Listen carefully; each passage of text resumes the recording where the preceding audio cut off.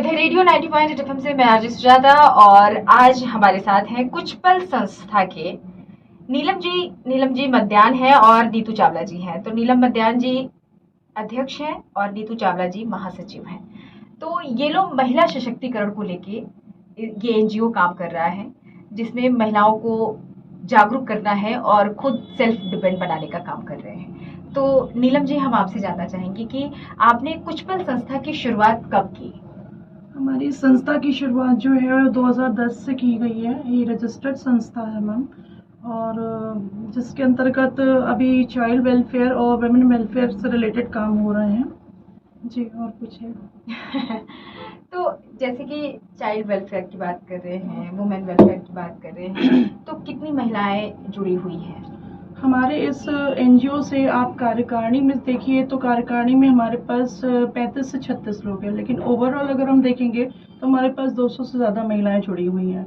और जिस तरह के अवेयरनेस से रिलेटेड हम लोग काम कर रहे हैं, तो हमारा एक अलग भी ग्रुप है जिसमें 1000 से ज़्यादा महिलाएं जुड़ी हुई हैं। और हम लोग इस चीज़ में बिलीव करते हैं कि अगर आप कहीं भी कुछ भी काम ऐसा लाइफ में करते हो, अगर आप इंस्पायर कर सकते हो और आपने 1 से 3 को भी इंस्पायर कर दिया, तो वो अगले 1 से 3 को ज़रूर इंस्पायर कर देंगे। एग्जैक्टली।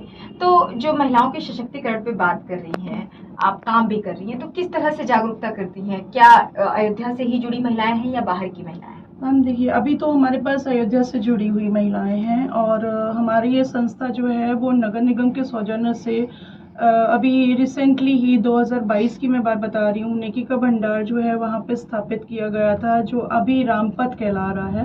वहाँ पे जो गरीब जो तबके के लोग हैं उनके लिए जितने भी घर में कोई ऐसा मटेरियल हो जो आप कपड़ों से संबंधित समझिए, बर्तनों से या खिलौनों से, या फिर पुरानी कोई भी ऐसी चीज़ जो आपके यूज़ की नहीं है लेकिन किसी के भी काम आ सकती है, तो वो वहाँ पे डोनेट करते हैं लोग।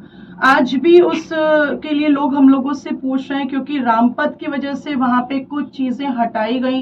पुनः बातचीत चल रही है अधिकारियों से, और बहुत जल्द ही वहाँ पे पुनः नेकी का भंडार स्थापित कर दिया जाएगा। तो नेकी के भंडार में जो कलेक्ट होती थी, खिलौने होते थे, कपड़े होते थे, तो कितने मात्रा में हो जाते होंगे? मैं कहूँगी बहुत ही जो भी मात्रा आती थी वो हमारे पास रजिस्टर्ड में मेंशन है। जितने लोग लेने आते थे उनका भी नाम बकायदा लिखवाया जाता था। कहीं भी ये फीलिंग ना आए कि कोई चीज़ हमें फ्री में मिल रही है तो हम उस चीज़ का इस्तेमाल गलत तरीके से करें। प्रॉपर ये चेक भी किया जाता था कि कहीं रिपीट तो नहीं लोग आ रहे हैं, कि पता चला एक ही व्यक्ति आ रहा है लेने और वो कहीं और जाकर बेच आ रहा है। तो इस चीज़ का ध्यान रखते हुए रजिस्टर प्रॉपर मेंटेन होता था। अच्छा, तो डोमेस्टिक वायलेंस की अगर हम बात करें तो महिलाएं इस तरह से भी आपसे जुड़ी होंगी? हाँ, कुछ हद तक मेरे से जुड़ी हुई हैं, हमारी महासचिव जी से भी जुड़ी हुई हैं। लोग पूछते हैं, लेडीज जो हैं वो कनेक्ट होती हैं, हम लोगों से पूछती हैं कि क्या किया जाए। तो हम लोगों की पूरी कोशिश ये होती है कि घर जुड़े रहें, कहीं से भी वो लेडी डिसहार्डन ना हो, कहीं से भी वो उसका घर ना टूटे। हम लोग कोशिश यही करते हैं कि उसको मोटिवेट करें, एंड काफी हद तक सफलता। अच्छा नीतू जी, हम आपसे जानना चाहेंगे कि जो महिलाएं डोमेस्टिक वायलेंस का शिकार हो गई हैं, तो किस तरह से वो अपनी बात आपके सामने कहते हैं? क्योंकि बहुत सारे औरतें होती हैं या लड़कियां होती हैं जिनके साथ इस तरह की घटना घटी होती है, तो अपनी बात खुल के कहने में कहीं ना कहीं हिचक होता है। तो कैसे आप उन्हें कन्विंस करते हैं कि आपसे वो खुलकर बात करें? जैसे कि मेरा नीलम, हम दोनों का ऐसा नेचर है कि वो हम लोग से खुद ही खुल के बात करती हैं, और अगर उनके किसी फ्रेंड को भी प्रॉब्लम है उनको भी बताते हैं, उन लोग भी हम लोग से कंसल्ट करते हैं। तो हम लोग का ऐसे फ्रेंड सर्कल भी है, एनजीओ भी है। हम लोग बातों बातों में उनकी काउंसलिंग बहुत हो जाती है और वो इतना मोटिवेट हो जाती हैं कि, और उसके अलावा अपने स्टेप्स वो खुद ही लेती हैं, खुद ही जो उनको करना कर लेती हैं। हम लोग सिर्फ एक क्या कहेंगे, इमोशनल सपोर्ट हो जाता है। इमोशनल सपोर्ट जरूरी है, इसलिए मैं कहूंगी, क्योंकि कई बार आप देखते हो ना कि एक लेडी जो कभी भी लाइफ में बाहर नहीं निकली है, आप उसको किसी भी तरह से इंस्पायर करोगे और वो अपना खुद को आत्मनिर्भर बनाने के लिए एक स्टेप भी बाहर निकालेगी ना, डेफिनेटली मैम ये बिलीव करिए कि जब वो एक कदम आगे बढ़ती है ना और लोग उसको पीछे से सपोर्ट करने वाले मिल जाते हैं, सपोज दैट जिससे वो शेयर करती है, तो वो लेडी आगे बढ़ के जरूर अपना अचीव कर लेती है। बिल्कुल बिल्कुल। तो ये इन महिलाओं को जागरूक करने के लिए किस किस तरह के आपके पास आइडियाज हैं, या किस किस तरह से जागरूक करते हैं? जाकर वहां पर, या फिर उनको खुद आप बुलाते हैं? जनरली मैम हम लोगों का जैसे इस समय सोशल मीडिया के थ्रू ग्रुप्स बने हुए हैं, तो व्हाट्सएप ग्रुप्स के थ्रू जो है हम लोग वो मैसेज कन्वे करते हैं। मीटिंग्स के लिए जो शेड्यूल मीटिंग्स रहती है उनके बारे में उनको एक्नॉलेज कर देते हैं। कुछ आप ये समझ लीजिए कि ट्रेनिंग्स हो गई, तो कुछ आप समझ लीजिए वर्कशॉप बेसिस हो गई, और कुछ आप हम सब मिलकर चेंज ला सकते हैं। दैट इज की वे हमारे पास होने चाहिए, आइडियाज हर एक के पास रहते हैं, हर एक की अपनी इक्वालिटी रहती है। बिल्कुल। तो अभी तक कितनी महिलाएं इसका लाभ उठा चुकी हैं, मतलब बाहर निकल चुकी हैं ऐसे हालात बाहर से? का मैं बताऊं, मैं बता रही हूँ, और अभी भी रिसेंटली उन्होंने मुझे कांटेक्ट भी किया हुआ है, और प्रतिष्ठित संस्थान ही है, मैं उनका नाम अभी नहीं लूंगी क्योंकि वो अपकमिंग exactly. प्रोग्राम मेरे थ्रू करवाना चाहते हैं। क्योंकि जिन लेडीज को हमने आगे बढ़ाया वो चाहते हैं कि मैम आप उनको सर्टिफिकेट अपने हाथ से ले लीजिए। दैट्स इट, ये मेरे लिए अचीवमेंट है मैम, एंड एटलीस्ट मुझे लगता है 9 to 10 को तो मैंने उसी समय भेजा था और वो ट्रेनिंग के लिए गई थी। अच्छा, तो किस तरह की ट्रेनिंग वहाँ पे दी जाती है? ये भी स्वरोजगार से संबंधित थी कि आप अपने आप को, अपनी स्किल्स को कैसे इनहांस कर सकते हो, कैसे स्किल्स के थ्रू अपने आप को बढ़ा सकते हो, और किस फील्ड में आप बढ़ोगे ये आपका खुद का निर्णय होगा। तो स्वरोजगार से संबंधित ही थी, ट्रेनिंग उनमें दी गई, जिसको जो फील्ड समझ में आई वो चूज कर लिया। कोई टीचिंग में गया, कोई जॉब में गया, ऐसे। तो अभी सब है जी अपनी अपनी जी, जॉब में? ऑलमोस्ट, और जो इनएक्टिव थी वो एक्टिव हो गई। कुछ एक एग्जांपल्स हैं, बस ये है कि हम लोग नाम नहीं ले सकते। नहीं, वो बात नहीं है। तो आप जो महिलाओं से आप जुड़ते हैं या बात करते हैं, तो उनको फाइनली बताते हैं इस डोमेस्टिक वायलेंस के कानून के बारे में कि आपको क्या करना चाहिए, अगला स्टेप क्या है, क्या इस तरह की जानकारी? मैम देखिए, कानून से संबंधित थोड़ा सा हम लोग समझा सकते हैं, ठीक है, खाली ब्रीफ देते हैं जी, हम लोग समझा सकते हैं, ब्रीफिंग दे सकते हैं। आगे हम आप मिलकर अगर अवेयरनेस इस चीज से बनाने की कोशिश करेंगे तो मेरे ख्याल से काफी हद तक सफलता मिल जाएगी। कितने इवेंट कर चुके हैं अभी तक फिलहाल? इवेंट्स तो मैम बहुत किए हैं हम लोगों ने, मैं खुद भी होस्टिंग करती हूँ, हमारे साथी भी हैं लगी हुई हैं, हम लोग बहुत इवेंट्स किए हैं मैम, फ्रॉम 2010। तो events किए हैं। कितने एज से कितनी एज तक महिलाएं आपके साथ जुड़ी हुई हैं? जो एज नंबर ये है कि छोटी सी बच्ची, अब 13 मंथ की बच्ची स्टेज पे थी, अभी मेरे पास छोटा सा उसका है भी मेरे पास video, I can show you that. उतने से आप ये समझ लिए 50-60 साल तक की महिलाएं थी, उन्होंने उससे बड़ी थी, और अभी रिसेंटली जो हुआ था उसमें हमारे अयोध्या के महापौर जी भी आए थे, सांसद जी के बेटे भी आए थे, सबने पार्टिसिपेट किया था, बहुत ही तारीफ की है। अच्छा, और जैसे चाइल्ड वेलफेयर की आप बात कर रही थी थोड़ी देर पहले, तो बच्चों के लिए क्या करता है आपका ये? मैम देखिए, बच्चों के लिए सीरियसली सेइंग सो, मुझे उन बच्चों के लिए हम लोग की संस्था करती भी है, कर भी रही है, लेकिन अभी मुझे और एफर्ट डालना है। कुछ एक चीजें हैं जो मैं बच्चों के लिए सीरियसली करना चाहती हूँ, और वो उन बच्चों के लिए जो मैं देखती हूँ कि जिनके लिए अपॉर्चुनिटी नहीं है एजुकेशन। अच्छा, यानी अपने मम्मी पापा के साथ वो मजबूर हैं सुबह में अपना साथ देने के लिए, अपना हाथ देने के लिए, तो कैसे और क्या हम कर सकते हैं, हमें उस पर फोकस ज्यादा करना है, और हम करना चाहते हैं, हम करेंगे जरूर। कितने बच्चे जुड़े हैं अभी हमारे पास मैम कम से कम 10 to 15 है इस समय, रिसेंटली वी आर 10 to 15। तो सारे बच्चों के लिए एजुकेशन के लिए कैसे क्या है? एजुकेशन के लिए मैम उस एक रूम उसमें बनाया गया है, वहीं पे जो है वो जो वॉलंटियर है वो पढ़ाती हैं, एंड क्योंकि वो खुद भी टीचर हैं, तो वो जब वहाँ से खाली होकर आती हैं घर अपने, आप ये समझ लीजिए कि 4 बजे से उनको खुद भी इन्वॉल्व होना पड़ता है, और 1 से 2 घंटे वो पढ़ाती हैं।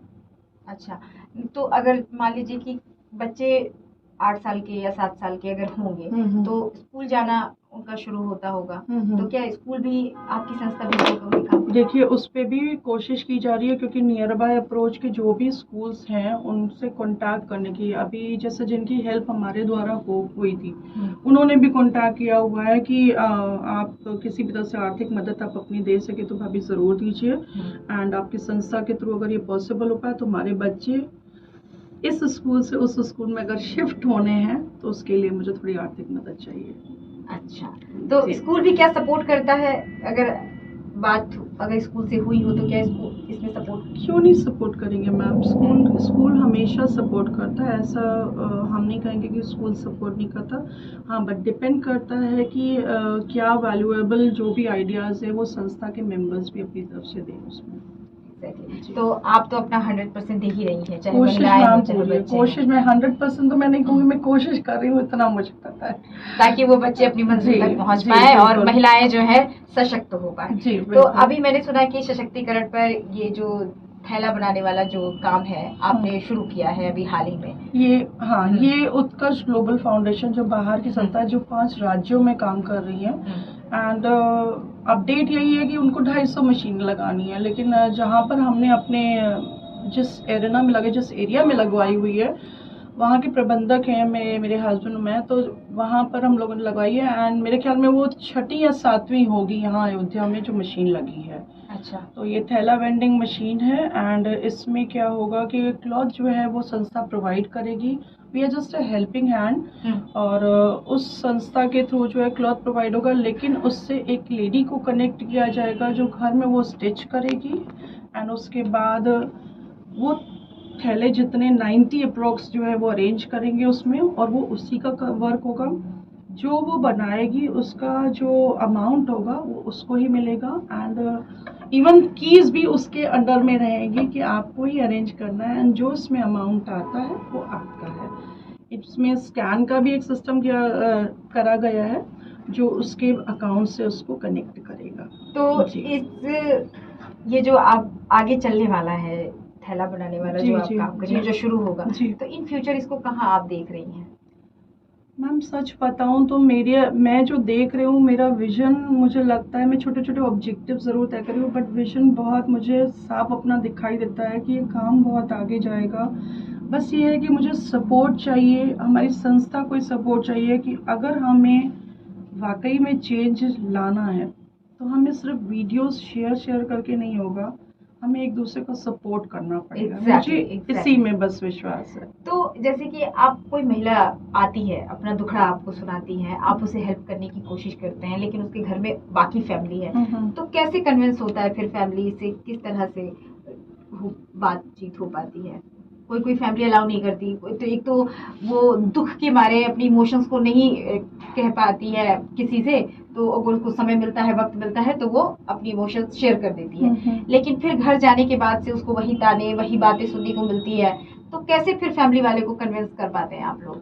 मुझे लगता है कि मैम सबसे पहले तो जो भी पीड़ित है, पहले आप उसको किसी भी तरह से पहले बाहर निकालिए, क्योंकि वो जिस स्ट्रेस से गुजरती है ना, वो उसको ही पता है। अभी फैमिली का तो बहुत दूर का मैटर है, अगर आप उस स्ट्रेस से किसी भी तरह से मोटिवेट करके उस लेडी को निकालोगे, उसके घर में अपने आप एनवायरनमेंट बहुत हद तक ठीक हो जाएगा, फैमिली अपने आप कनेक्ट होगी। लेकिन उस मोमेंट मुझे जो लगता है कि एक विमेन अगर विमेन को उस स्ट्रेस से निकाल पाती है तो ही पॉसिबल, फैमिली अपने आप कनेक्ट हो जाएगी। फैमिली को समझाया जा सकता है, लेकिन उस मोमेंट उस लेडी को संभालना बहुत ज़रूरी है। बिल्कुल, ऑफ कोर्स। तो अयोध्या रेडियो के माध्यम से बाकी जितनी महिलाएं जो आपको सुन रही हैं इस वक्त, उनको क्या कहना चाहेंगी आप? मैं इतना ही कहना चाहूँगी कि अयोध्या रेडियो के माध्यम से अगर ये मुझे अपॉर्चुनिटी मिली है तो ईश्वर ने कुछ अच्छा ही सोचा होगा, एंड मुझे इतना यकीन है कि इसके माध्यम से मैं बहुत कुछ लाइफ में अचीव कर पाऊंगी, और हम सब मिलकर इस अयोध्या में चेंज ला पाएंगे। जो हम सोचते हैं, जो हम देखते हैं, जो हम सोचते हैं, वो हम करके दिखाएंगे। बहुत बहुत धन्यवाद आप लोगों का। बहुत